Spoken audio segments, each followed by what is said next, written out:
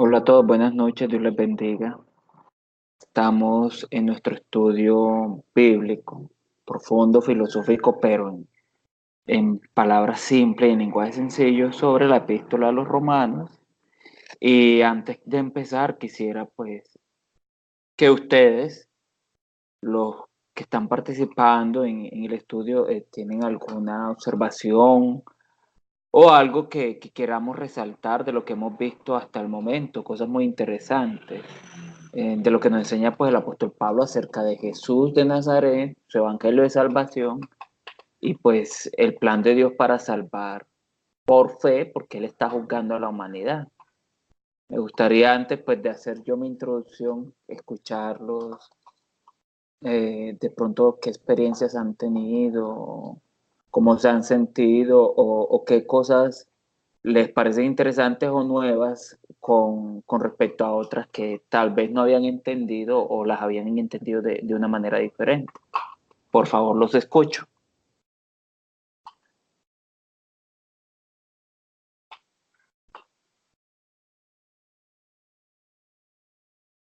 Carlos, pues yo pienso que cada día se aprende más. O sea, a mí siempre me ha gustado mucho el libro de Romanos y especialmente todas las cartas de Pablo, todo me gusta muchísimo.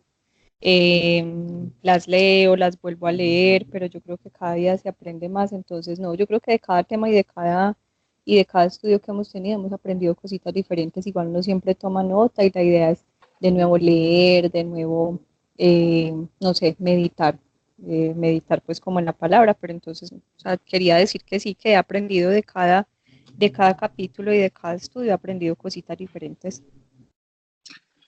Listo, Ana, gracias. Perdón, Andrea. Esto lo hago yo con la intención pues como de retroalimentar, de ver qué puedo mejorar, dónde podemos orientar pues el estudio, qué podemos corregir. Para eso hago este ejercicio. ¿Alguien tiene de pronto algo más que nos quiera compartir? ¿Cómo se ha sentido? ¿Qué ha aprendido del estudio? Hola, buenas noches. Buenas Bueno, pues noches. realmente yo he aprendido mucho, ¿cierto? Creo que hay muchos conceptos que a veces malinterpretamos en la palabra y cuando el estudio hemos podido aclarar. En especial a mí me llegó mucho el estudio cuando hablamos de Romanos 5, la primera parte, donde pues estábamos hablando todo este tema de la prueba, la paciencia, la esperanza. Y me gusta mucho porque Carlos lo enfoca de pronto de otra manera, ¿cierto? Muchas veces Carlos pues por aportarnos un nuevo conocimiento y yo creo que el reto es poder aportar, o sea, poder aplicar esto a nuestra vida cristiana y poder vivir realmente esta palabra. También me ha gustado mucho todo esto que hemos aprendido sobre la gracia, el perdón y la salvación, toda la exposición que hace Pablo, la defensa del Evangelio. Entonces, bueno, la expectativa de todo lo que vamos a seguir aprendiendo en el libro de Romanos.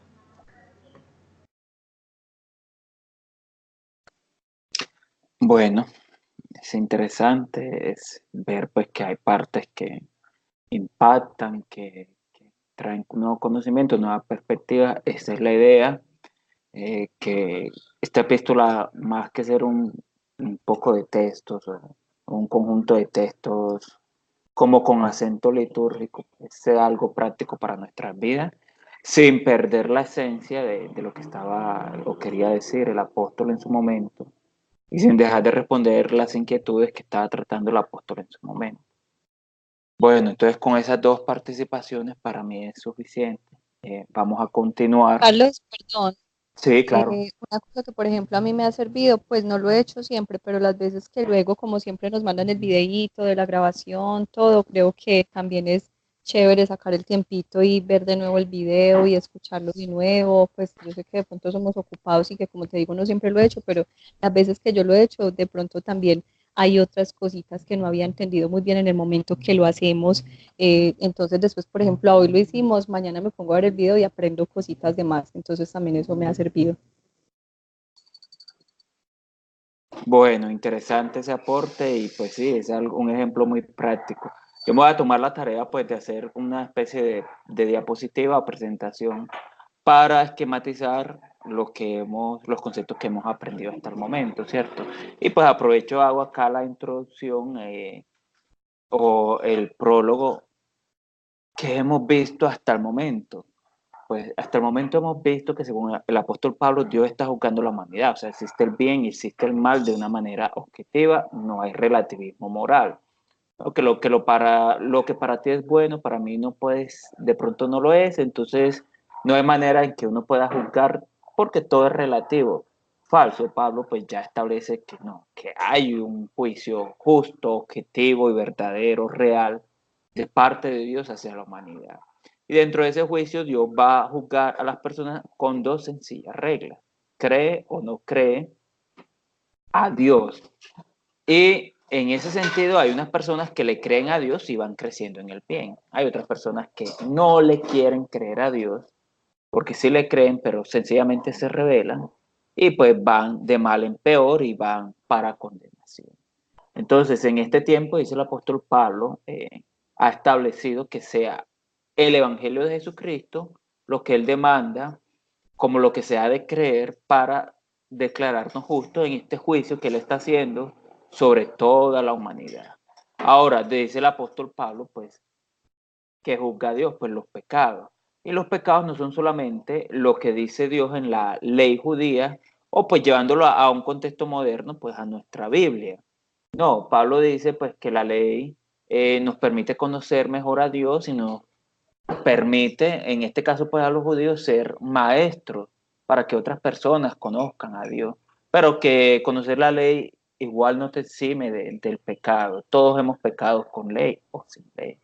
Y en ese sentido, pues, ¿para qué sirve conocer la ley si igual todos pecamos con o sin ella? Y pues sí, la ley trae unas ventajas, pues permite que te arrepientas, que entiendas la gravedad de lo que estás haciendo, que te puedas arrepentir y que cuando te arrepientas, pues glorifiques a Dios. Entonces eso dice Pablo, Dios no se equivocó al haber escogido un pueblo para darle una ley, a pesar de que igual la iba a incumplir. Y luego continúa Pablo, pues este tema de que la gente se salva, dependiendo de que si cumplió o no la ley, no es cierto. O sea, la pretensión judía de que para ser adepto delante de los ojos de Dios había que ser judío y guardar la ley, no era correcta, porque la ley lo único que hace es encerrarnos a todos en pecado. Aquí vamos ya por el capítulo 3 de Romanos. Y en este orden de ideas, Pablo dice pues que aparte de ese método de que justificación por cumplir la ley, Dios ha revelado un método nuevo, que es la justificación por fe a los que creen en quién, en Jesucristo. ¿Cierto? Dios en Jesucristo ha manifestado dos cosas. Primero, su gran amor y segundo, su poder para levantarte entre los muertos. En este sentido, cuando Dios levanta a Jesús de entre los muertos, pues hay una razón lógica y racional para que nosotros podamos creer el Evangelio de Dios o la promesa de Dios de vida eterna. Entonces, no creerle a Dios, pues es una rebeldía, porque ya Dios demostró que sí puede levantar de entre los muertos. Entonces, Pablo utiliza el ejemplo de Abraham, cómo fue justificado por creerle a Dios cuando no existía la ley. Y en este orden, pues dice el apóstol Pablo, también nos vimos, pues, como si el tema estuviera reducido a cumplir o no la ley, pues nadie sería salvo y la promesa de Dios quedaría en balde, ¿cierto? Luego vimos en el capítulo 5 de Romanos, pues que cuando somos cristianos, no somos convertidos automáticamente, sino que por el contrario, como que cuando te conviertes a Cristo y le crees a Dios, empiezan a venir más problemas. Pero en realidad no es que vengan más problemas, es que Dios te está perfeccionando. Y ser perfeccionado por Dios te hace más paciente, una persona de mayores virtudes, ¿cierto? Y eso no es ninguna vergüenza, dice el apóstol Pablo. Entonces, pues le da como un consuelo a los creyentes del siglo primero.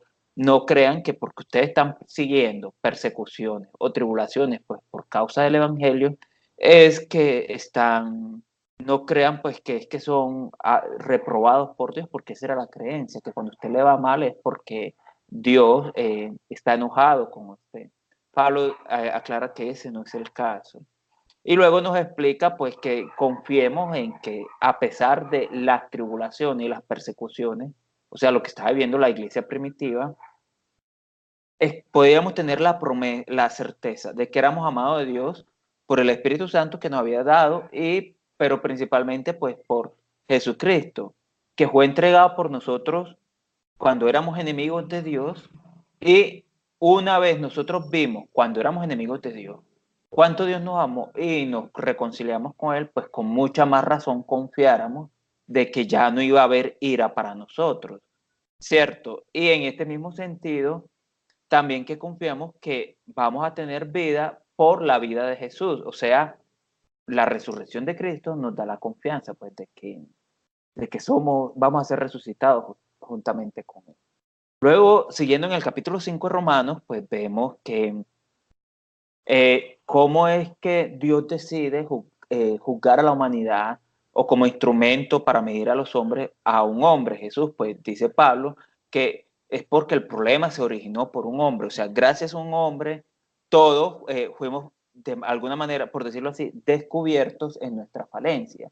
Y con base a ese descubrimiento de Dios, porque todos somos descendientes de ese primer modelo que falló, Dios puede o tiene razones para decir tu pecado no es por instinto, no es por ignorancia, es simplemente por rebeldía moral, porque eres descendiente de aquel pues que teniendo las cosas claras se rebeló moralmente, o sea, pecó.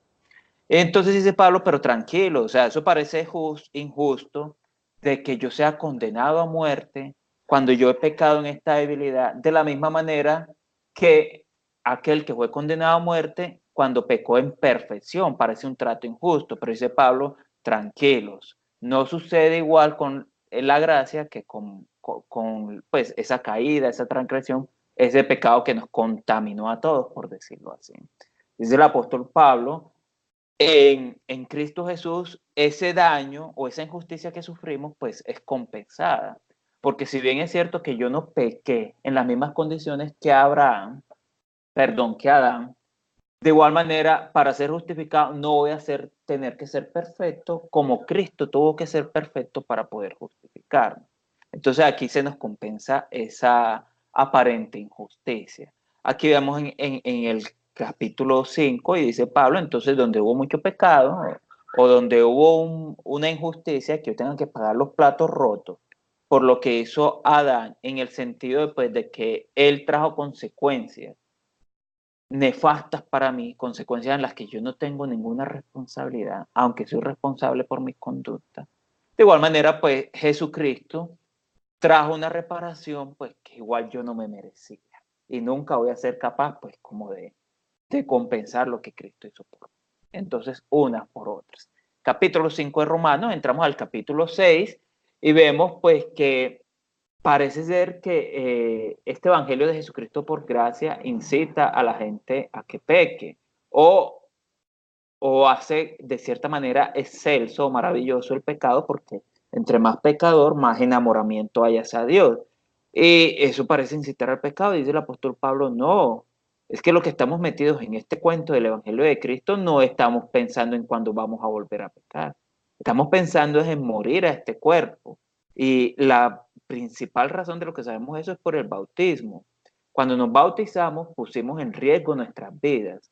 Entonces, al haber nosotros puesto en riesgo nuestras vidas, para Dios es como si hubiéramos muerto o nos hubiéramos comportado igual que Jesús, que puso en riesgo su vida y de hecho murió.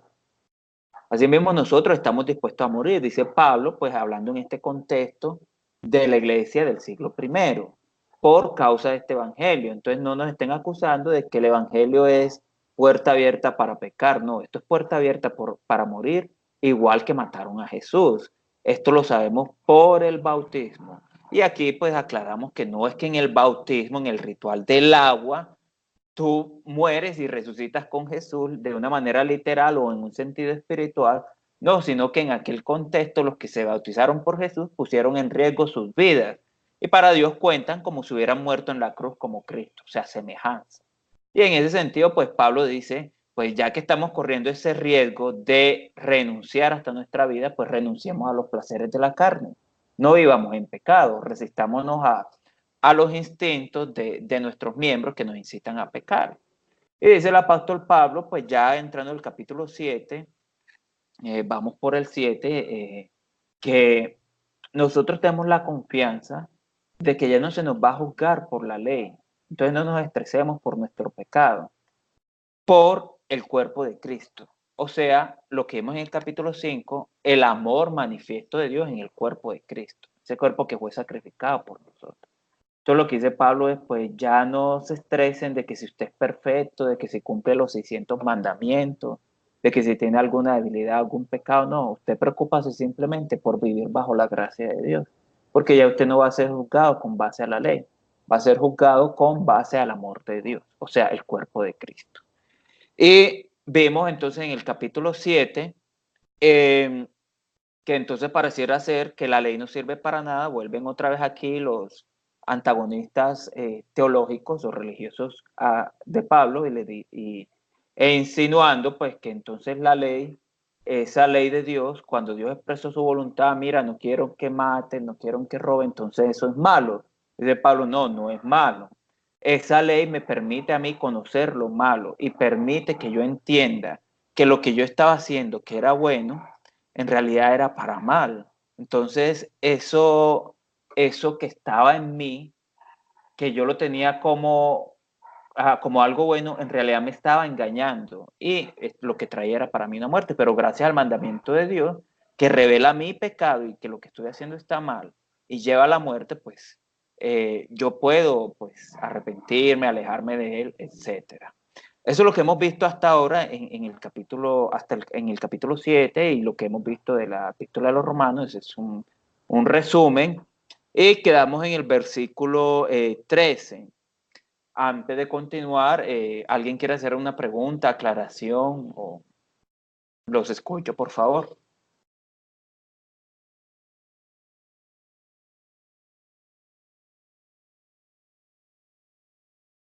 Ok, entonces asumo que nadie. Bueno, vamos bien. Alguien que por favor lea del versículo 13 al 20, por favor, del capítulo 7 de Romanos.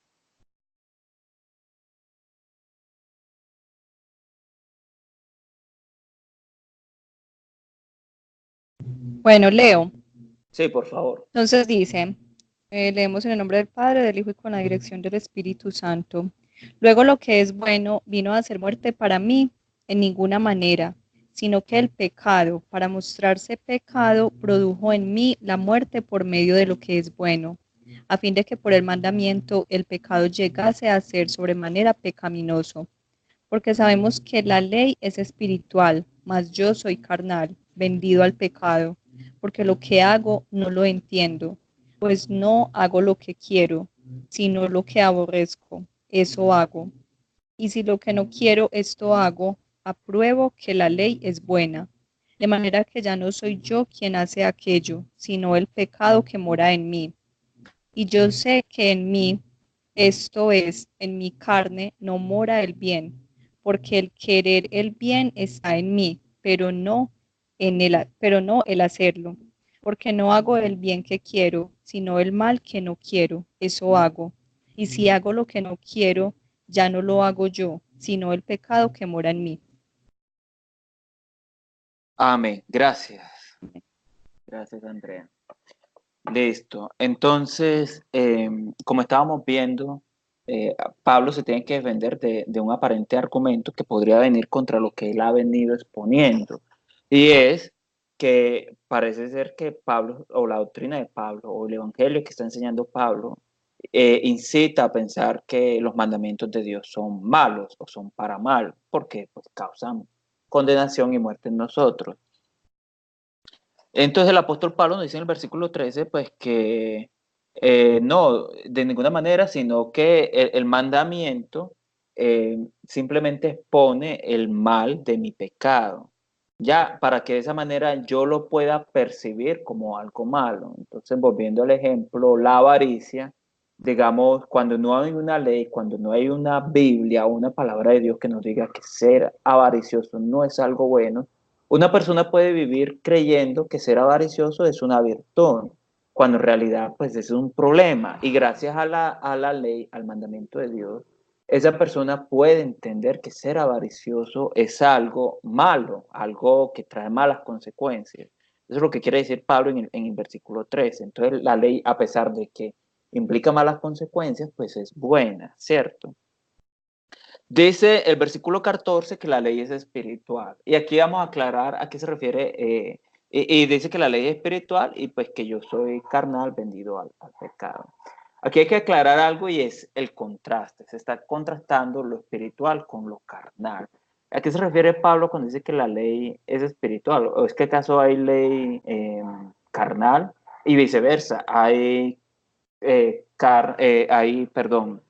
Hay personas espirituales y carnales, bueno, sí las hay, pero el punto es, cuando Pablo dice que la ley es espiritual, se refiere a que la ley es eterna, es abstracta, es inmutable. A diferencia a nuestra carne o a nosotros que somos circunstanciales, somos en cierta manera relativistas en cuanto a lo que nos conviene o a lo que nos desea, a lo que deseamos. Entonces la ley en ese sentido es inmutable, es eterna. A ver, aclaremos esto. En aquel tiempo lo espiritual se refería a todo lo que no es material. Esto incluye los pensamientos, los seres espirituales, ángeles, demonios, las ideas, los estados anímicos, los pensamientos filosóficos y algunos conceptos abstractos. Entonces, cuando Pablo dice la ley espiritual, aquí entra la ley como concepto abstracto, o sea, algo inmutable, algo eterno. Más que por el contrario, o sea, aparte de eso, yo soy del momento. Un día quiero esto y al otro día estoy arrepentido de eso. Mientras que la ley no es así, ¿cierto? Entonces dice, cuando dice Pablo, pues que yo soy vendido al pecado, aquí hay que tener en cuenta que se refiere a una figura o a una escena de la época, que cuando yo tenía negocios con alguien o cuando yo sencillamente alguien era superior a mí, pues yo quedaba embargado o endeudado con esa persona. Entonces para yo pagarle, ¿cierto? O para yo subsistir, yo me vendía como esclavo, ¿ya? Entonces cuando dice Pablo que estoy vendido al pecado, se refiere a que este cuerpo, esta carne, es más fuerte que yo. O sea, que un ser humano eh, viva toda su vida sin ofrecer resistencia o dominando todas y cada una de las veces de que este cuerpo lo incite a hacer algo que aunque es natural, por la ley sabemos que es pecaminoso, entonces es imposible pues que exista un ser humano así. Entonces dice Pablo, yo soy vendido, o sea, eso es imposible, no lo puedo manejar, es superior a mí. Entonces usa esa figura de la época de que cuando hago negocios con una persona o en guerra una persona me derrota o yo quedo en una deuda con alguien y no lo puedo pagar, pues yo me vendo como esclavo porque sencillamente no tengo con qué tratar ese superior o ese obstáculo superior. Entonces, eso es lo que se refiere Pablo cuando dice vendido al pecado. Entonces, aquí hay que aclarar algo y es que desde el versículo 7, el pecado ha venido siendo tratado en esta parte como una sustancia, como una entidad, como una fuerza o como un ser. Y esto causa confusión. Pablo, por lo menos del versículo 7 al 12, que dice que el pecado me convenció, que el pecado me engañó, que el pecado tomó el mandamiento y lo aprovechó, como si el pecado fuera una persona. Eso es una figura, eso es un estilo literario, eso se llama personificación. El pecado no es una fuerza, no es una entidad, no es un espíritu, no es una condición o una cualidad. El pecado es un concepto abstracto que sencillamente dice tienes una deuda o una falta. Para que entendamos más la idea, supongamos que el día de mañana Dios se muere, el pecado automáticamente deja de existir. El pecado es como una deuda. Digamos, si tú le debes a alguien y esa persona se muere, pues no hay quien pagarle, tu deuda ya no existe. Entonces, eso es lo que pasa con el pecado. El pecado no es un espíritu, no es una fuerza, no es algo externo, no es algo que te domine en un sentido pues activo, sino que las consecuencias o la cualidad o tener la deuda pendiente, para que lo digamos así, eso es lo que nos supera, eso es lo que nosotros no nos podemos liberar. Entonces confundimos mucho ese lenguaje en la Biblia. Entonces cuando Jesús dice, el que hace pecado es esclavo del pecado, se refiere a que el que la hace la tiene que pagar, o sea, no se puede librar de la consecuencia. Ya.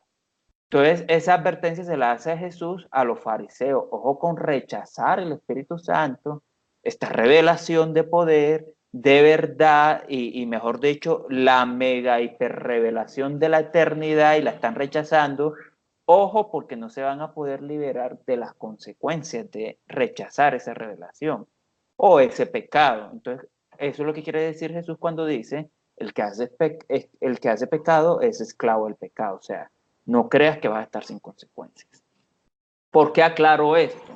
Porque hay algunas doctrinas, pues, que cuando tratan el tema de la culpabilidad del hombre, de nuestra condición moral, de nuestra condición espiritual, describen al pecado como una fuerza superior al hombre. Ya, y en cierta manera victimizan al hombre o en cierta manera lo dejan sin responsabilidad o incapacitado para responder ante las cosas que Dios demanda. O sea, así es como describen ellos el problema, pues, del pecado y la condenación del hombre. Entonces aclaremos, por este texto y por los otros pasajes, el pecado no es una fuerza, no es un espíritu, sencillamente es el conocimiento que Dios tiene de nuestra falta y las consecuencias que por ese conocimiento de Dios Él va a ejercer sobre nosotros. Entonces el pecado es un concepto abstracto.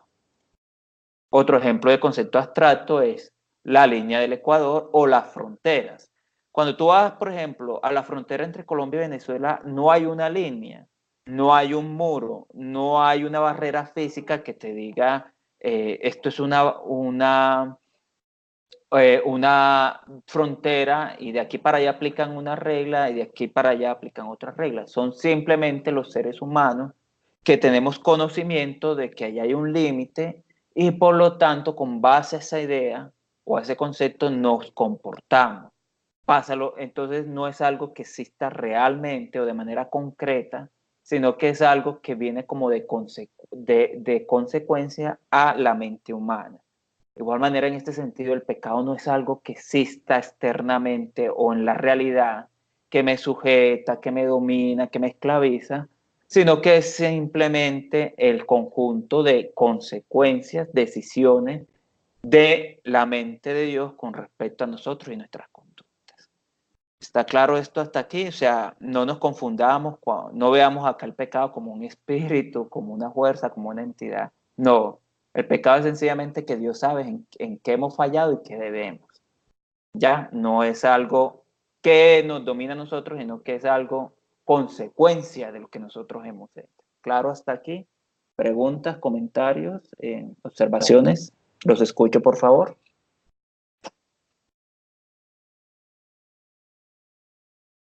Carlos,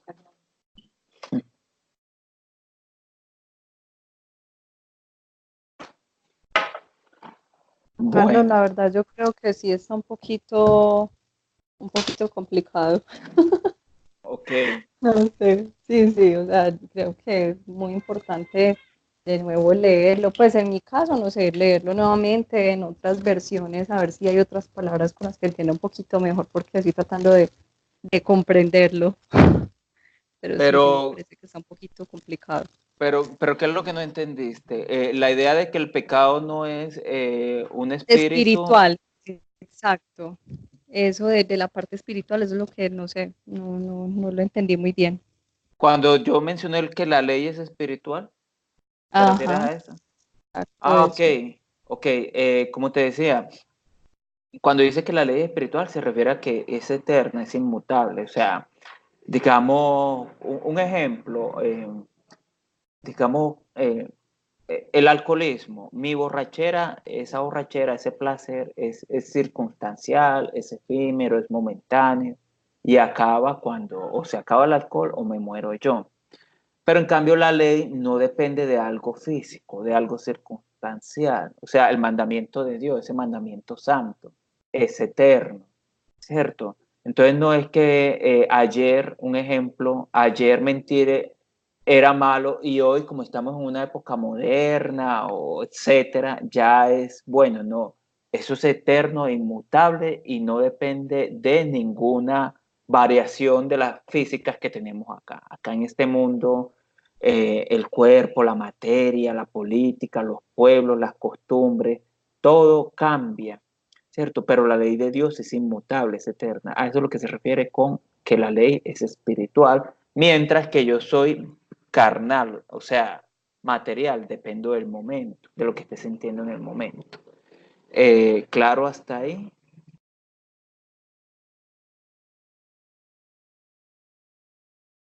Sí, sí, un poco mejor. Ujú. Ok, listo. Gracias, Y Caro. sí, y el tema este de que el pecado no es una fuerza, estamos claros de que no es un espíritu, no es una sustancia, no es un demonio, no es una montaña que obstaculiza al hombre, no, es simplemente el conocimiento que tengo yo de mi pecado y el conocimiento que tiene Dios de mi pecado y por lo tanto, pues que trae consecuencias. Es un concepto abstracto como el tema, pues, de las fronteras. No hay algo físico que exista ya entre Colombia y Venezuela, sino que sencillamente está en nuestras mentes, pero trae consecuencias reales. E igualmente pasa con el pecado. Es una idea, es un concepto en la mente de Dios y en nuestras mentes, pero que trae consecuencias reales. No nos domina, es consecuencia de lo que nosotros hemos hecho. Pero aquí se le describe como si fuera una persona, me engañó, aprovechó, tomó ocasión, pero es por un estilo literario del apóstol Pablo. Es eso lo que quiero aclarar, porque hay muchas doctrinas, pues que cuando van a tratar el tema de la salvación y del perdón del pecado, en su descripción tratan el pecado pues como si fuera eso, un espíritu, una fuerza, una sustancia, y pues malinterpretan lo que la Biblia está queriendo decir. ¿Quedamos claros hasta acá? Juan, ¿puedo leer en la traducción lenguaje actual el versículo 13? Sí, claro, Me claro, por parece favor. que está claro. Dice, con esto no estoy diciendo que la ley, que es buena, me llevó a la muerte. De ninguna manera. El que hizo esto fue el pecado, que usó un mandato bueno. Así, por medio de un mandato bueno, nosotros podemos saber lo realmente malo y terrible que es el pecado. Está súper buena esa traducción. Sí, pero mira que ahí habla como si el pecado fuera una sustancia, como un virus, ¿sí? Para que me entiendas la idea, como algo que está, como algo externo, como una entidad externa. Pero eso es un estilo literario, no, el pecado no tiene voluntad, no toma decisiones, no tiene fuerza, es un concepto abstracto. Abstracto, pues ya esto es filosofía, son aquellas entidades o aquellas cosas, para que me entiendan, que por sí solas no hacen nada, sino que por el contrario son objeto de nuestras relaciones. Como por ejemplo el amor. En Marte no hay amor porque no hay seres humanos relacionándose. Ya. De igual manera, pues en Marte no hay pecado porque sencillamente no hay seres humanos allá que decidan castigar a otros por sus faltas. O Dios decida castigar a un ser humano en Marte por su falta. Entonces es eso. Son las ideas que nosotros tenemos en nuestra relación. Esto es un poco difícil de comprender, pues supongo, porque no estamos relacionados con el tema, pero lo que yo te quiero decir es, y es importante de que no, el pecado no es una entidad, no es una fuerza, simplemente Pablo lo describe como si fuera una persona, me engañó, tomó ocasión, es para que al relacionarnos con él lo tratemos como un enemigo. Creo yo que esa es la razón por la cual Pablo usa la personificación, pero no es que sea algo con voluntad propia, un enemigo externo, ¿no? No, es un enemigo interno, por decirlo así, es algo que yo debo evitar en mi conducta. Creo que sí, espero poderme haberme hecho entender, está claro. Andrea. Sí, Carlos, sí, buenas, está mejor. Está más claro, Carlos, muchas gracias. Creo que voy entendiendo.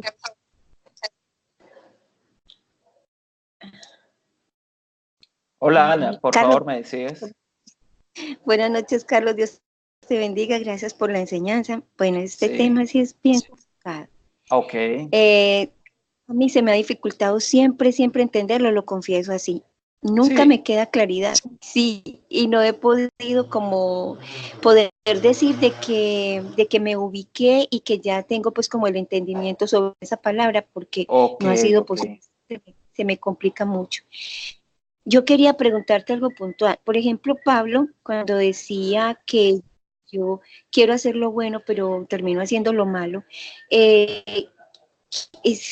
podemos entender o podemos, sí, dar por entendido que Pablo practicaba el pecado y que este pecado de alguna manera él no podía controlarlo o de alguna manera superar la tentación del pecado. ¿Cómo se puede tomar las palabras de Pablo? Gracias, Carlos. Dios te bendiga. Amén. Cecilia, muchas gracias por tu participación, muy valiosa para mí porque precisamente es lo que me interesa, poder. Estoy seguro que mucha gente tiene las mismas inquietudes que tú y para mí es importante también aprender a enseñar, a compartir estas ideas, ¿cierto? Creo que me dijiste que no quedó claro lo del tema del pecado o me estás hablando directamente, por favor me repite. Si quieres que te aclare, pues, ¿a qué se refiere Pablo que si él era pecador también? ¿Me aclaras, por favor?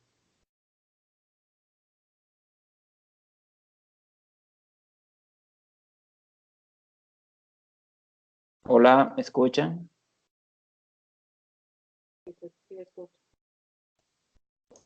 Aló, aló, Sí, Carlos, sí, sí. ¿Te refieres ¿me a...? escuchas? Sí, sí, sí. Yo te entiendo a ti el tema cuando lo desarrollas y lo desarrollas bien. He podido estar muy atenta porque es el momento en que mi hijo pues Ok, va a la ok. cama y es No complicado, no hay te problema imaginas. por eso. Pero he tratado de estar, hemos tratado de estar como pendientes de la explicación. Sin embargo, a mí me queda siempre como esa duda de que el pecado domina, de que Pablo incluso expresa esto. Y yo te quería preguntar, ¿podemos darnos por entendido que Pablo batallaba con esa situación de pecado y que él practicaba pecado sin poderlo superar? ¿O cómo podemos Pablo? Ok, se está entrecortando, pero ya me aclaraste la inquietud. Bueno, el tema del pecado. Hola, hola. ¿Me escuchan? Bueno. Sí, te escuchamos bien. Ok, ok. Bueno, el tema del pecado. Como hemos visto, se habla del pecado, que el pecado me domina, que el pecado me engaña, que el pecado toma ocasión, se aprovecha, como si fuera una persona, pero eso es un recurso literario llamado personificación. El pecado no es una fuerza, no es una entidad, no es un espíritu, no es alguien o algo con el que nosotros, pues, de manera literal combatimos, sino que Pablo lo describe así es para que lo tratemos como un enemigo. Pero el pecado sencillamente es la culpa o el conocimiento que tiene Dios de que lo que nosotros hemos hecho está mal y tiene o debe tener consecuencias. Entonces, si esto fuera literal, de que el pecado fuera algo o alguien contra quien pelear realmente, estaríamos diciendo que nosotros tendríamos que pelear o derrotar el conocimiento que tiene Dios de que yo robé, y eso no tiene sentido, para que me entiendan. Entonces es solamente un recurso literario llamado personificación. Ahora, la parte de que si Pablo era pecador, sí, Pablo pues por lógica era pecador, pero cuando Pablo habla en este texto de que cuando quiero hacer lo bueno, cuando quiero hacer lo malo y lo que no quiero esto hago, no es que él se está confesando, no es que él está diciendo, hermanos, yo también soy pecadores como ustedes, oren por mí. No, él está hablando de manera genérica del ser humano, de la condición del ser humano y pues más específicamente del cristiano, que el cristiano en su corazón, como como la ley de Dios dice no robarás, pues él no quiere robar, más sin embargo en el día a día, por ciertas circunstancias, alguna vez le tocó o fue vencido y robó, a pesar de que él en su corazón desearía nunca robar, nunca sentir atracción a eso, un ejemplo. Pero entonces aclaramos, no es que Pablo se está confesando, no, o simplemente está hablando de manera genérica, pues obviamente por él ser cristiano, igual que nosotros, redimido por gracia, pues también tiene esta misma situación que todos los cristianos tenemos. O bueno, o la tendría, ¿cierto? Porque ya pues el apóstol no está aquí en este cuerpo, en este mundo. Aclarado todo hasta aquí para que continuemos y si no, volvemos y con gusto lo aclaramos. Los escucho.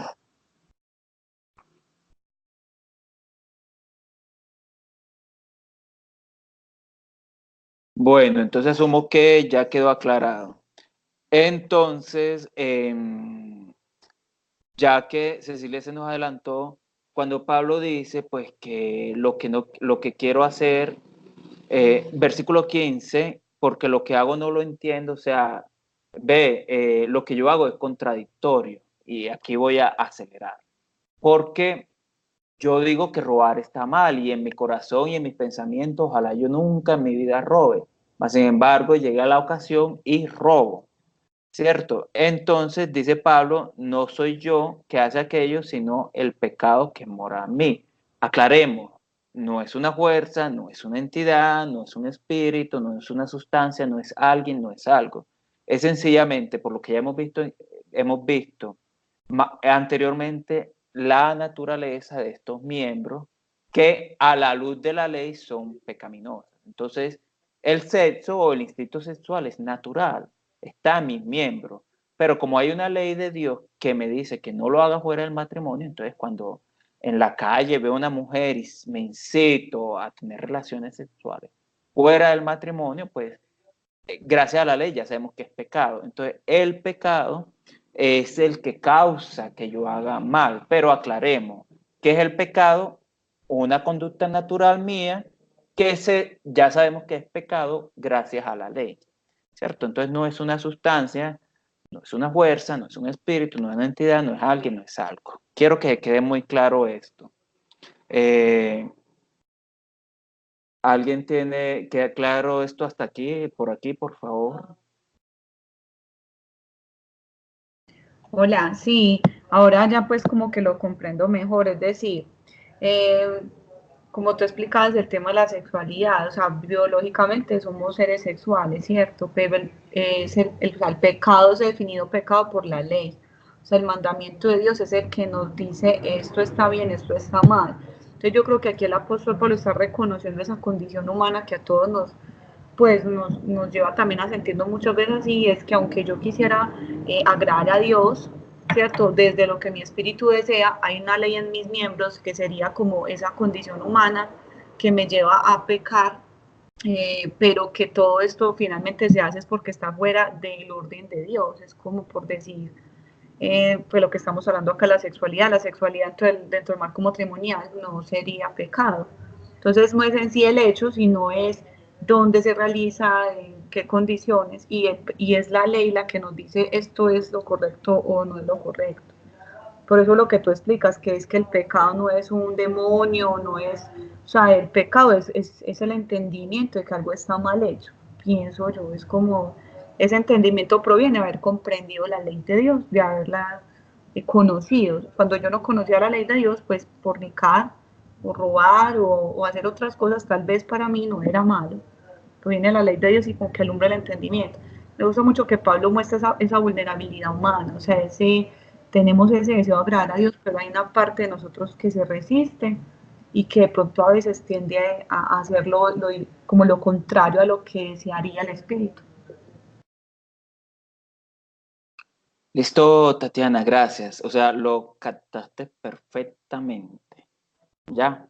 De que el pecado no es algo pues, que exista realmente, sino que es el conocimiento que yo tengo y que tiene Dios de cosas que no se deben hacer aunque son naturales, volvemos al ejemplo, la sexualidad es natural, la creó Dios, pero Dios estableció un orden, ese orden establece un contexto, y ese contexto es lo que determina en qué momento el deseo sexual es bueno y en qué momento el deseo sexual es malo. Entonces, vemos pues que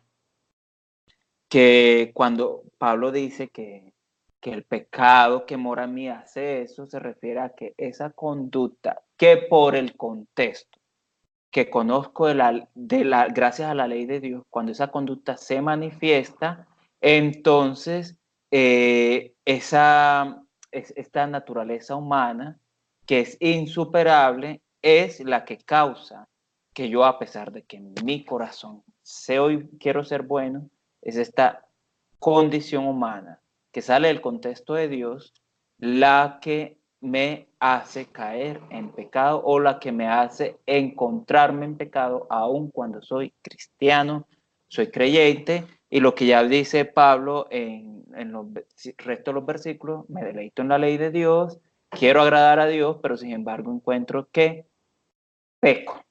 ¿Por qué? Por esta debilidad de esta condición humana, ¿cierto? Que aunque es natural, debido al propósito de Dios, se sale de contexto, se sale de la voluntad de Dios, se manifiesta como pecado. Y aclaramos, Pablo lo describe como si fuera una persona con voluntad al pecado, es muy probablemente, considero yo, para que lo veamos como un enemigo con el cual hay que tratar, o sea, una guerra, ¿cierto? Entonces vemos el versículo del 21 al 24, dice Pablo: entonces, ¿quién me va a librar de este cuerpo de muerte? O sea, no se refiere a que quién me saca de este cuerpo, no, sino que quién me salva de el lío de tener este cuerpo pecaminoso, este cuerpo débil, este cuerpo que me incita a hacer cosas que, aunque son naturales, debido a la voluntad de Dios, al propósito de Dios, se convierten en pecado, ¿cierto? Entonces dice Pablo: gracias doy a Dios por Jesucristo Señor nuestro. ¿Por qué por Jesús? ¿Qué tiene que ver Jesús? Porque ya Jesús, lo hemos visto en el capítulo 5 y en el capítulo 6 y en el capítulo 3, Jesús, o sea, su muerte, sus sacrificios, sus llagas, su herida, su sufrimiento por nosotros, hablan del amor de Dios a nosotros. O sea, Jesús en esta epístola es el amor de Dios revelado. Entonces aquí está diciendo Pablo: gracias a Dios doy por su gran amor revelado, o sea, por Jesús, ¿cierto? Ya sabemos que es por gracia y que, aunque mi mente, estamos hablando, y aquí le respondemos a Cecilia, que nos hacía esa pregunta en varios estudios atrás, que si yo era cristiano, ¿por qué seguía siendo pecador? Ya Pablo acá lo dice: hombre, porque estamos en este cuerpo. Esa es la razón por la cual pecamos, aunque ya somos creyentes, salvos por gracia, enamorados de Dios, reconciliados, es porque estamos en este cuerpo, ya. Entonces dice Pablo: ¿quién nos va a librar de vivir? Porque imagínense que ya está fastidio, ya no es fastidio para Dios este cuerpo pecaminoso, sino que también es fastidio para nosotros. Dice Pablo: gracias a Dios por su gran amor revelado, que no me va a tener en cuenta este cuerpo pecaminoso. O sea, hermano Carlos, que usted está diciendo que podemos pecar. No, no podemos pecar, ya lo vimos, capítulo 6. No, la gracia de Dios no es una ocasión para pecar, ya lo vimos, no hay que repetirlo otra vez. Aclarados hasta aquí, ¿alguien tiene dudas, comentarios? Ya terminamos este capítulo 7 de Romanos. Por favor, prenda el micrófono, el que quieran preguntar. Bueno, mira, en esta versión de la traducción del lenguaje actual me gusta lo que expresa. Dice así: en lo más profundo de mi corazón amo la ley de Dios, pero también me sucede otra cosa. Hay algo dentro de mí que lucha contra lo que creo que es bueno. Trato de obedecer la ley de Dios, pero me siento como en una cárcel donde lo único que puedo hacer es pecar. Sinceramente, deseo obedecer la ley de Dios, pero no puedo dejar de pecar porque mi cuerpo es débil para obedecerla. Pobre de mí. ¿Quién me librará de este cuerpo que me hace pecar y me separa de Dios? Le doy gracias a Dios porque sé que Jesucristo me ha librado. O sea, me gusta porque acá lo expresa como si esa condición humana de la cual hablaba yo ahorita fuese una cárcel, sea, algo difícil, de lo cual es difícil de salir, ¿cierto? Y me gusta mucho porque el apóstol Pablo se está poniendo como ejemplo, o sea, siendo vulnerable y diciéndole a los cristianos que así mismo como nosotros luchamos contra el pecado en muchas situaciones, nos sentimos a veces que nos vence, él también lo sentía, pero finalmente está como la victoria de que es Jesucristo el que nos libra. Esto me muestra la gracia, o sea, de que no es en nuestras fuerzas que nosotros podemos batallar contra esta condición, sino que es a través de Jesucristo. O sea, Él es el que nos liberta de este cuerpo, que como hablábamos ahorita, o sea, hay muchas cosas que si se realizan fuera del contexto y la voluntad de Dios, como tú manifestabas, se vuelven pecado, pero creo que o sea, la respuesta a esa libertad es Cristo Jesús. Entonces aquí cobra mucho más sentido el sacrificio, la muerte de Jesús, la salvación. Y es que para nuestra vida cristiana, pues poder tener una vida como correcta delante del Señor solo es posible a través de la gracia. O sea, esto no es en las fuerzas humanas. Carlos, y para continuar, por ejemplo, lo de Tati, estoy leyendo el versículo de 18, que es como eso, lo que dice Tatiana, el versículo 18 dice, y yo sé que en mí, esto es, en mi carne no mora el bien, porque el querer el bien está en mí, pero no el hacerlo, o sea, el hacer el bien no está en mí. Entonces, lo que decía Tati, definitivamente lo único es con Dios, ir con Dios y delante de Dios, y lo que hablabas ahorita del capítulo 6, no es que estamos, sigamos pecando, pecando, pecando solamente porque estamos aquí en la carne, no es, Dios es el único que nos puede ayudar. Estaba aquí leyendo el 18, entonces me parece como bueno complementar eso. Claro, aunque Tatiana lo toma más de una manera pragmática, o sea, práctica, de cómo nosotros hacemos para, digamos, cada día apuntar a la santidad, ¿cierto? Pero Pablo acá no está tratando directamente ese tema. Lo que se está tratando acá es la cuestión de que somos pecadores por esta debilidad humana. Entonces, Tati lo describe muy bien. Eso es como estar en una cárcel. ¿Ve? Yo no quisiera nunca pecar, mas sin embargo peco. Dice el apóstol Pablo, miserable de mí, lo describe perfectamente. Eso es como estar en una cárcel. ¿Quién me librará de este cuerpo de muerte? Dice, gracias a Dios por Jesucristo. Lo que está diciendo Pablo acá es darnos un consuelo de que, aunque somos pecadores, ya sabemos que Dios nos ama. O sea, el Evangelio de Cristo se podría reducir en Dios me ama. Entonces nuestra condición débil, nuestra condición pecaminosa, lo que está haciendo Pablo es consolarnos. No está justificando el pecado, no, sencillamente nos está consolando diciéndonos, tranquilo, Dios te ama. ¿Por qué? Por Jesucristo. Y entonces aclaramos otra vez, o sea, que puedo pecar porque Dios me ama. No, ya eso fue explicado en el capítulo 6, y ya fue explicado en el capítulo, sí, al inicio del capítulo 7, ¿cierto? Entonces, muy valiosas esas apreciaciones que ustedes hacen, las voy a tener en cuenta ya pues para la próxima vez, para retroalimentar, para ir mejorando este estudio. Y yo creo que hasta aquí es suficiente, está claro ya lo que nos está enseñando el apóstol Pablo en el capítulo 7 de Romanos, pues cómo trato con este cuerpo débil, humano. Soy pecador no porque crea o me rebele contra la ley de Dios, que era lo que hemos visto en el capítulo 2, sino que soy pecador, aunque soy cristiano, y en mi corazón está amar la ley de Dios por la debilidad de este cuerpo.